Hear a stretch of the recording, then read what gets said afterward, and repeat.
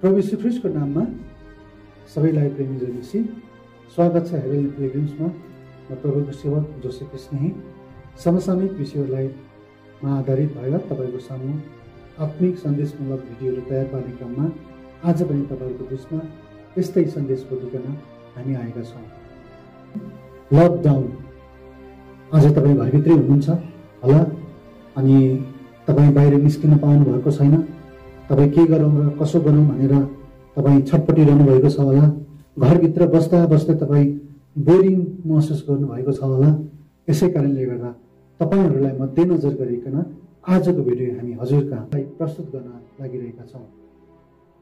सायद यो भिडियोले तपाईँको आत्मिक जीवनमा निकै उन्नति गर्नेछ भनिकन हामी आशा पनि गर्छौँ। यो एउटा फुर्सदिलो समय। गत भिडियोमा हामीले भनेका थियौँ परमेश्वरसँगको सङ्गति जो हामीले यी दिनहरूमा गर्नु परेको छ। सायद तपाईँ एउटा फुर्सदिलो समय हुनुहुन्छ भने तपाईँको निम्ति पनि प्रभुसँगको सङ्गति गर्ने यो एउटा उपयुक्त समय हुनेछ। आजको विषय हो क्वाइट टाइम अथवा प्रभुसँगको सङ्गति गर्ने एउटा स्पेसल समय जसलाई हामीले क्वाइट टाइम भन्ने गर्छौँ। हाम्रो जीवनमा कति यस्ता आदतहरू छन् जो हामीले आफैले बनाउनु पर्ने हुन्छ। प्रभु यीशु संसारमा हुँदाखेरि लुकाको किताब 4:16 बताइएको छ, उहाँ सभाघरमा जानुहुन्थ्यो अनि सभाघरमा गएर उहाँले बाइबल पढ्नुहुन्थ्यो।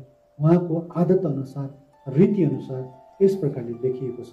प्रिय दर्शकवृन्दहरू, आज तपाईँ र मैले पाएको एउटा फुर्सदिलो समय प्रभुको निम्ति समय सदुपयोग गर्ने आज हामीले गर्नुपर्छ। प्रिय मित्रहरू, आज तपाईँलाई हामी सानो टिप्स लिएर आएका छौँ। यस समयमा प्रभुको निम्ति कसरी सदुपयोग गर्ने, प्रभुको निम्ति कसरी आज सङ्गतिमा प्रभुसँगको सङ्गतिमा कसरी एउटा गाढापन ल्याउने भन्ने विषय तपाईँहरूलाई हामी जानकारी दिन चाहन्छौँ। क्वाइट टाइम अघि नै बताइसके यो एउटा यस्तो स्पेसल समय हो। प्रभुसँग सङ्गति गर्ने एउटा विशेष समयलाई नै क्वाइट टाइम भन्ने गरिन्छ। यो बिहान बेलुका गर्दा अति उपयुक्त हुन्छ। प्रभुको वचनमा बताएको छ, जब प्रभु यीशु पनि उहाँको आफ्नो समयअनुसार उहाँ बिहान नै उठ्नुहुन्थ्यो अनि प्रार्थना गर्नुहुन्थ्यो, एकान्त स्थानमा उहाँ जानुहुन्थ्यो। मर्कुसको किताब 1:35 लेखिएको छ। यसै गरी इसाकको विषयमा हेऱ्यौँ भने उत्पत्तिको किताब 24:63 लेखेको छ, उहाँ साँझ पख ध्यान गर्नको निम्ति निस्के भनेर लेखेको छ। अनि हजुरसँग 1:2 लेखिएको छ, दिन रात तपाईँको व्यवस्थालाई म मनन गर्छु भनिकन। त्यसैले प्रिय मित्रहरू, प्रभुको यो वचन जुन चाहिँ छ, प्रभुसँग सङ्गति गर्ने जुन चाहिँ समय छ, तपाईँ र मैले बिहान र बेलुका गर्दा अति उपयुक्त हुन्छ। त यो क्वाइट टाइमलाई कसरी व्यतीत गर्ने भन्ने सम्बन्धमा म तपाईँहरूलाई 5वटा बुँदाहरू बताउन चाहन्छु। सर्वप्रथम त तपाईँले क्वाइट टाइम व्यतीत गर्नको निम्ति तपाईँले समयले निकाल्नुहोस् बिहान बेलुका।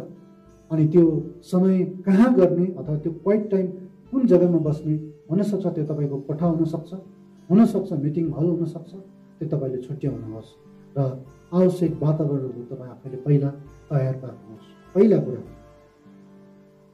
यो क्वाइट टाइम व्यतीत गर्नको निम्ति तपाईँले प्रभुसँग प्रार्थना गर्नुहोस् अनि त्यस पछाडि तपाईँले अगाडि बढ्नुहोस्। 5वटा कुरा। पहिलो कुरो तपाईँले सुन्नुपर्छ। कति दर्शकवृन्दहरू हुनुहुन्छ जो तपाईँले प्रभुको वचन पढ्न सक्नुहुन्न, तपाईँहरूले प्रभुको वचन सुन्न चाहिँ सक्नुहुन्छ। विभिन्न माध्यमहरू छन् प्रभुको वचन सुन्नको निम्ति। सामाजिक सञ्जालदेखि लिएर प्रभुको घर अथवा चर्चदेखि लिएर तपाईँले विभिन्न जग्गामा प्रभुको वचनहरू अहिले एकदम उपलब्ध छ, तीद्वारा तपाईँले सुन्न सक्नुहुन्छ। अर्को माध्यम हो परमेश्वरको वचन पढ्ने माध्यम। पढेर पनि तपाईँले मैले परमेश्वरको वचन है हामीले यो क्वाइट टाइम व्यतीत गर्न सक्छौँ। एफिसीको किताब 3:4 जो चाहिँ छ, म पढेर यहाँ तपाईँको सामु सुनाउन चाहन्छु। यहाँ यस प्रकारले लेखिएको छ, जसद्वारा तिमीहरूले पढेर ख्रिस्टको रहस्यको विषयमा मेरो ज्ञान थाहा पाउन सक्छौ। त्यसैले प्रिय मित्र, जब हामीले परमेश्वरको वचनलाई पढ्छौँ अनि बल्ल मात्र ख्रिस्टको रहस्यको कुराहरू तपाईँले मैले थाहा पाउने रहेछौँ। यस कारणले गर्दा तपाईँले मैले बाइबल पढ्नु जरुरी छ। बाइबल पढ्दाखेरि तपाईँले र मैले एउटा कुरा ध्यान के कुरालाई दिनुपर्छ भने नयाँ नियम र पुरानो नियम छ। त्यो नयाँ नियम पुरानो नियमलाई तपाईँले क्रमशः दुवैलाई एकैचोटि पढेर लानुहोस्।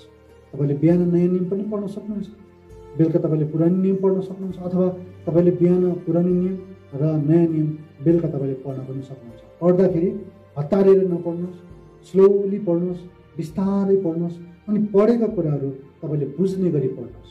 तपाईँको हातमा पेन्सिल हुनुपर्छ, तपाईँले कति महत्त्वपूर्ण कुराहरूलाई तपाईँले अन्डरलाइन गर्न सक्नुहुन्छ, अनि ताकि तपाईँले फेरि त्यो कुरा रिभाइज गर्दाखेरि दोस्रोपट्टि पल्ट पढ्दाखेरि तपाईँलाई छिट्टै त्यो कुराहरू रिभाइज हुनसक्छ। तपाईँले यसरी पढ्नुभयो भने तपाईँले बाइबल धेरै बुझ्न सक्नुहुन्छ। अनि तपाईँले जुन कुरा बुझ्नुहुन्छ त्यसको लागि प्रभुलाई तपाईँले धन्यवाद दिनुहोस्।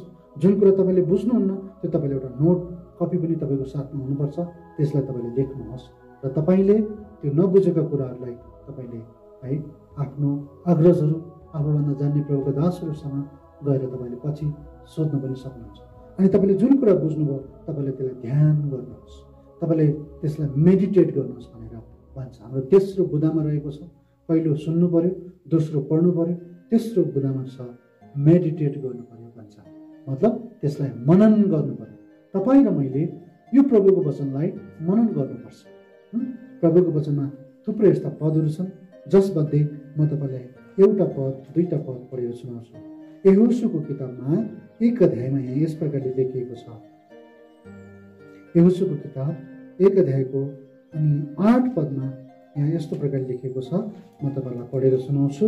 यहाँ भन्छ, व्यवस्थाको यो पुस्तक तिम्रो मुखबाट नहटोस्, तर तिमीले दिन रात यसमाथि ध्यान गर्नु, मनन गर्नु। यो मनन गर्नु कुरा के हो भन्ने कुराको विषयमा म तपाईँलाई छोटो उदाहरण दिन चाहन्छु। मत्तीको किताबमा लेखेको छ एउटा कुरा। अनि जब शत्रुले मतलब शैतानले प्रभुलाई परीक्षा गर्यो, परीक्षा गरेपछि प्रभुले एउटा जवाब दिनुभएको थियो, मानिस रोटीले मात्र होइन तर परमेश्वरको मुखबाट निस्कने प्रत्येक वचनले बाँच्नेछ। म यो कुरामा सुरुको दिनमा छक्कै पर्थेँ, मान्छे कसरी बाँच्न सक्छ त भोजन नखाएसम्म। अनि हुन त धेरै किसिमका आफूलाई चित्त बुझाउने कुराहरू मैले गरेँ, अनि मनन गर्न थालेँ मैले यो कुरालाई। जब यसलाई मेडिटेट गर्न थालेँ, के हो त यो प्रभुको वचनले मात्रै बाँच्छ, प्रभुको वचनले मात्रै बाँच्छ भन्ने कुरा के हो भनेर जब म यो कुरालाई मनन गर्दै थिएँ, त आज आएर मैले बुझेँ मान्छेको जीवनमा भोजन मात्रै इम्पोर्टेन्ट कुरा होइन रहेछ। हाम्रो एउटा भित्री जीवन पनि छ, जुन जीवनमा बाँच्नको निम्ति परमेश्वरको निम्ति परमेश्वरको वचनहरूको आवश्यकता पर्ने रहेछ। एउटा उदाहरणार्थ तपाईँलाई म एउटा कुरा बताउँ। एकजना मान्छे कोही एउटा आत्महत्या गर्नको निम्ति ऊ गइरहेका थिए। उसलाई कसैले भेटेछ, तिमी किन आत्महत्या गर्न लागिरहेका छौ भनेर सोद्धाखेरि मेरो जीवनमा कोही रहेनछ, मेरो जीवनमा कोही पनि छैन, मेरो जीवनमा कोहीले मलाई साथ दिएन, आखिर कोही पनि रहेनछ, म एक्लो भए त्यही बेला म मर्न गइरहेको छु। तर एकजना प्रभुको दासले त्यहाँबाट उनलाई एउटा वचन देखाएछन्, प्रभुको वचनबाट एउटा वचन देखाएछन्, जगतको अन्तसम्म म तिम्रो साथमा छु, म तिमीलाई कहिले छोड्दिनँ र म तिमीलाई कहिले त्याग्दिनँ भनेर यी दुईवटा वचन देखाउँदाखेरि अरे मेरो साथमा पनि कोही छ, उनलाई त्यो महसुस भयो। अनि त्यो महसुस भइसकेपछि मेरो साथमा कोही रहेछ, मेरो पक्षमा कोही रहेछ, मेरो निम्ति कोही रहेछ भन्ने कुरामा लागिसकेपछि उनले प्रभुको वचन सुने, उनले प्रभुलाई ग्रहण गरे। र यसरी हामी भन्न सक्छौँ यो घटनाबाट कि मान्छेलाई बचाउन त उसको परमेश्वरको वचन रहेछ। खानेकुराले हाम्रो शरीरलाई बचाउँछ भने कति हाम्रो भावनाको कुरालाई, हाम्रो भित्रको कुरालाई, हाम्रो आत्मिक जीवनलाई बचाउनु निम्ति परमेश्वरको जरुरत रहेछ। त्यसै कारण यो कुराले के कुरा मैले तपाईँलाई यो कुरा किन बताएको भन्दाखेरि चाहिँ मेडिटेसन एउटा यस्तो कुरा रहेछ, ध्यान गर्ने एउटा कुरा यस्तो रहेछ जसले गर्दा तपाईँ र म प्रभुमा अझै बढ्दै गइरहँदै जानुपर्छ। यो तेस्रो नम्बरको कुरा। 4 नम्बरको कुरा स्टडी गर्नु पर्यो। पहिलो कुरो हामीले सुन्नु पर्यो, दोस्रो कुरो पढ्नु पर्यो, तेस्रो कुरो परमेश्वरको वचनलाई मनन गर्नु पर्यो, चौथो कुरो हामीले परमेश्वरको वचनलाई स्टडी गर्नु पर्यो, पढ्नु पर्यो। हुन त यो 2 नम्बर बुधा र 4 नम्बर बुधा उस्तै भए तापनि तर अलिकति फरक एउटा छ। म तपाईँलाई त्यो टिप्स बताउन चाहन्छु। स्टडी कसरी गर्ने परमेश्वरको वचन, अनि स्टडी गर्नुको निम्ति मैले एउटा फर्मुला बनाएको छु। त्यो फर्मुला अनुसार WH क्वेसन 5 वटा तपाईँले गर्नुपर्ने हुन्छ। WH क्वेसन 5 वटा तपाईँले गर्नुपर्ने हुन्छ। तपाईँले 5 वटा के गर्नु पर्यो भने जस्तो यूहन्नाको किताब 4 अध्यायमा हामीले लिएर त्यो विषयलाई हामीले अध्ययन गर्दैछौँ भने तपाईँले WH क्वेसन 5 वटा गर्नु पर्यो। त्यो कुरा चाहिँ के हो भने वाट भन्ने तपाईँले प्रश्न गर्नु पर्यो। अथवा के भइरहेको छ, यो घटनामा के छ, यो कुरा तपाईँले पहिला सुरुमा खोजी गर्नु हो। अथवा यो यमुनाको किताब 4 अध्यायमा भएका पात्रहरू को छन्, त्यो कुरा तपाईँले गर्नु होइन। अनि यो कुरा कहिले भएको हो, त्यो कुरा तपाईँले त्यसमा खोज्नुहोस्। अनि होइन, यो कुरा कहाँ भएको छ, त्यो तपाईँले खोज्नुहोस्। अनि वाइ, यो लेखकले यो लेख्नुको खास कारण के हो, उद्देश्य के हो। जब यो तपाईँले 4वटा कुरा गर्नुहुन्छ, तपाईँले बाइबल पढ्न तपाईँलाई सहज हुन्छ। सहजै तपाईँले बाइबलबाट यसका उत्तरहरू पनि तपाईँले फेला पार्न सक्नुहुन्छ। 5औं नम्बरमा छ मेमोराइज गर्नुभयो। तपाईँले जति पनि प्रभुका वचनहरू छन्, तपाईँले त्यसलाई याद गर्नुभयो, तपाईँले त्यसलाई कण्ठ गर्नुभयो। तपाईँले यति फर्मुला अपनाउनु भयो भने तपाईँको आत्मिक जीवनमा तपाईँले ठुलो एउटा उन्नति गर्नुहुन्छ। प्रिय दर्शकबिन्दुहरू, साँझ तपाईँले गर्नुहोस् है यो कुरा, बिहान पनि गर्नुहोस् है यो कुरा। जब तपाईँले साँझ बिहान गर्नुहुन्छ, तपाईँले साँझ र बिहानको समय तपाईँले प्रभुको निम्ति युज गर्नुहुन्छ। साँच्चै नै यो साँझ र बिहानको समय जब तपाईँले क्वाइट टाइम व्यतीत गर्न तपाईँले युज गर्नुहुन्छ, क्वाइट टाइमको निम्ति दिनुहुन्छ, प्रभुसँगको सङ्गति गर्न निम्ति एउटा स्पेसल समय जब तपाईँले छुट्याउनुहुन्छ। यो लकडाउनमा मान्छे आत्तिरहेका छन्, बोर फिलिङ गरिरहेका छन्, कहाँ जाउँ र के गरौँ भनेर कसिरहेका छन्। अनि कति मान्छेलाई म देख्छु, उनीहरू विभिन्न किसिमका घरभित्रै पारिवारिक योजनाहरू बनाइरहेका हुन्छन्। तर तपाईँले के यो क्वाइट टाइम व्यतीत गर्नुभएको छ? के तपाईँले यो असल समय प्रभुको निम्ति युज गर्नुभएको छ? के तपाईँले प्रभुसँगको सङ्गतिमा तपाईँ लागिरहनु भएको छ? हेर्नुहोस् त, प्रभुले एउटा आदत बसाल्नुहुन्थ्यो, सभाघरमा गएर बाइबल पढ्नु। तपाईँले पनि एउटा आदत बसाल्नुहोस्, तपाईँको जीवनमा आत्मिक ठुलो लाभ हुनेछ। धन्यवाद, तपाईँ यहाँसम्म आफ्नो मूल्य समय दिइकन आज यहाँ हाम्रो कुरालाई सुनिदिनु भयो। आगामी दिनहरूमा यस्तै आत्मिक सन्देशमूलक भिडियोहरू तयार पार्ने नै छौँ। तबसम्मको लागि तपाईँबाट बिदा चाहन्छौँ। धन्यवाद। जय मसीह।